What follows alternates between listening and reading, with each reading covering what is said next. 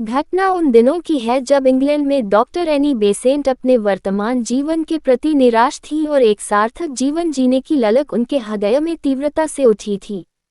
एक दिन अंधेरी रात्रि सभी परिवारजन गहरी नींद में सोए हुए थे।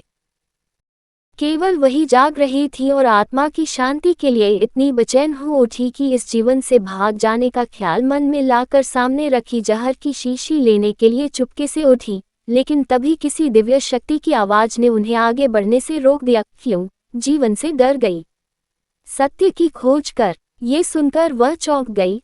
अरे, यह आवाज किसकी है? कौन मुझे भागने से रोक रहा है?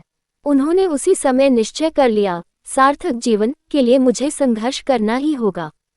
सत्य की खोज के लिए वे अपना परिवार, सुख संपत्ति आदि सब कुछ छोड़कर भारत आ गई। उन्होंने साध्वी जैसा जीवन यहाँ ग्रहण किया और विश्व को भारतीय जीवन दर्शन के रंग में रंग देना ही अपना मुख्य उद्देश्य बना लिया। उनकी मृत्यु भारत में हुई थी। इस प्रसंग का उद्देश्य अंधकार से प्रकाश की ओर जाने के लिए भी मनुष्य को संघर्ष करना पड़ता है, जिसके दौरान वह अपनी शुद्ध चेतना से समर्पण भाव को जागृत कर जीवन लक्ष्य की प्राप्ति कर लेता है। ऐसे संघर्षवान व्यक्ति की ईश्वर भी सहायता करता है, बशर्ते वह सच्ची लगन व उत्साह के साथ सार्थक जीवन के प्रति संकल्पित है और उसकी आंखें निर्धारित लक्ष्य पर केंद्रित हैं। जीवन सहज नहीं, एक संघर्ष है। कठिनाइयां एवं बाधाएं जीवन के अंग हैं। इनसे भयभीत होकर कर्तव्य पथ से पलायन कर देने का अर्थ होगा अपने जीवन मूल्य को नष्ट कर देना। सत्य तो यह है कि कठिनाइयों और दुखों पर विजय प्राप्त करके ही मानव ने इस भौतिक संसार का इतना ऊंचा विकास किया है।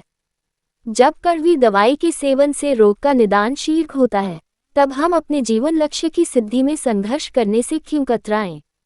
हेनरी फोर्ड का कथन ध्यान देने योग्य है।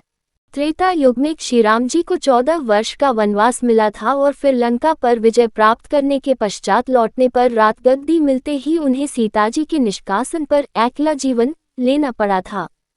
द्वापर युग में श्री कृष्ण के होते हुए भी धर्मराज युधिष्ठिर सहित 5 पांडव भाइयों को 12 वर्ष का वनवास और साथ में 1 वर्ष का अज्ञातवास झेलना पड़ा था।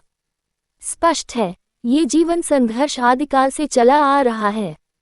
अतः सुंदर जीवन बनाने के लिए हमें संघर्ष के बीच तो रहना ही होगा, बाधाओं को पार करते हुए आगे बढ़ना होगा और तभी हम अपने जीवन उद्देश्य की पूर्ति कर पाएंगे।